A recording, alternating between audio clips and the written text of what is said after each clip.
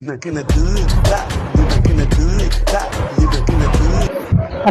Hello அக்கா போனாக்காவா? ஆமா சொல்லுங்க. அக்கா உங்க ஹஸ்பண்ட் பேர் தானே அருண்? ஆமா ஆமா சொல்லுங்க. அக்கா நான் ஒரு வேலை செய்யறதுல தான்க்கா வேலை செய்யறேன்.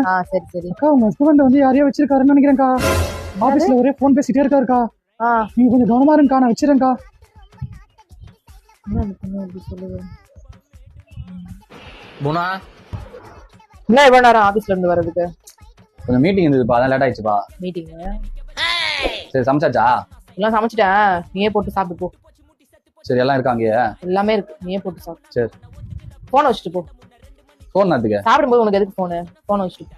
சரி இந்தா. A few minutes later. உனக்கு போன் வருதுப்பா. யாருன்னு கேளுப்பா, சாப்பிட்டுட்டு இருக்கேன். ஹலோ அண்ணே பிளான் சக்சஸ் ஆனே. என்ன பிளான் சக்சஸ்? என் ஃப்ரெண்ட் ரமேஷ் தானே? அக்கா ஆமா என்ன நடக்குது ஒழுங்கா சொல்லிடு. இப்பதான் ஒரு பொண்ணு போன் பண்ணுச்சு.